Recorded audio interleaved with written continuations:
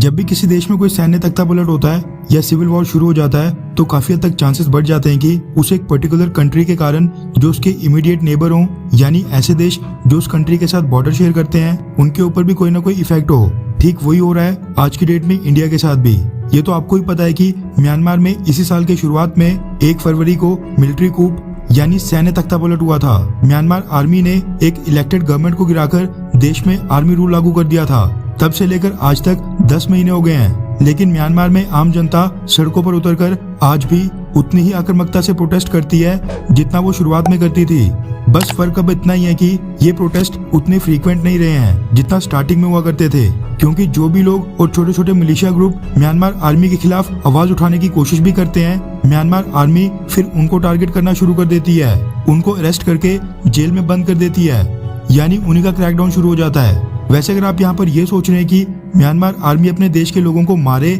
पीटे जो करे, हमें इनसे क्या लेना देना है, तो इस पर आप बिल्कुल गलत हैं, क्योंकि इसके कारण अब भारत भी इफेक्ट होने लगा है। रेफरेंस के लिए आपकी स्क्रीन के ऊपर इंडिया टुडे के आर्टिकल का स्क्रीनशॉट है, जिसके मुताबिक मिजोरम के चीफ मिनिस्टर जोरमथांगा ने प्राइम मिनिस्टर नरेंद्र मोदी से एक स्पेशल मीटिंग करके म्यांमार के लोगों के लिए स्पेशल असिस्टेंस पैकेज यानी फाइनेंशियल एड की मांग कर दी है। यानी वो चाहते हैं कि मोदी सरकार इंडियन टैक्स पेयर्स का कुछ पैसा रिलीज करे जो फिर म्यांमार नेशनल्स के खाने पीने और दिनचर्या के ऊपर खर्च किए जाएं। दरअसल हुआ ये कि जब से म्यांमार में सैन्य तख्तापलट हुआ है तब से भारत में कई सारे म्यांमार के नागरिक इलीगली बॉर्डर क्रॉस करके भारत में आना शुरू हो गए थे। ये सभी लोग म्यांमार पुलिस से लेकर MPs, MLAs, politicians, NGO workers और उनकी फैमिली से बिलोंग करते थे, जिनको म्यांमार आर्मी लगातार टारगेट कर रही थी, जिसके कारण ये सभी लोग भारत में शरण लेने म्यांमार से लगती इंडियन स्टेट मिजोरम में आ गए थे। हालांकि उस समय इंडियन गवर्नमेंट ने कहा था कि जो भी म्यांमार के नागरिक इलीगल तरीके से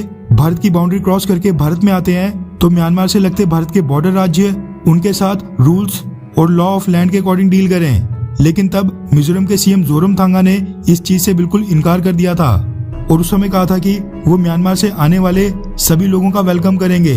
क्योंकि म्यांमार के वो लोग भी हमारी सेम एथनिसिटी से हैं। इवन मिजोरम की गवर्नमेंट ने इन सभी को कोविड-19 की वैक्सीन लगवाने से लेकर म्यांमार के जो लोग इंडिया में शरण लेने आए थे उनके बच्चों को इंडियन स्कूल्स में फ्री एजुकेशन देने का फैसला किया और सरकारी खर्च के ऊपर उनकी एडमिशन से लेकर बाकी सारा खर्चा उठाया। एक रिपोर्ट के मुताबिक म्यांमार रिफ्यूजीज के ऐसे 2000 बच्चे म्यांमार के अलग अलग स्कूल्स में पढ़ रहे हैं, जिसके बाद अब खबर निकल कर आ रही है कि मिजोरम के चीफ मिनिस्टर जोरमथांगा का कहना है कि वो पिछले 9 महीने से 14,000 म्यांमार नेशनल्स को खिला पिला रहे हैं, उनका रखरखाव कर रहे हैं। ऐसे में अब मिजोरम के भी रिसोर्सेज धीरे धीरे खत्म हो रहे हैं और स्टेट का बजट इसकी वजह से थोड़ा गड़बड़ा रहा है, जिसके चलते मिजोरम के चीफ मिनिस्टर जोरमथांगा ने इस बार दरवाजा खटखटाया है prime minister of India Narendra Modi का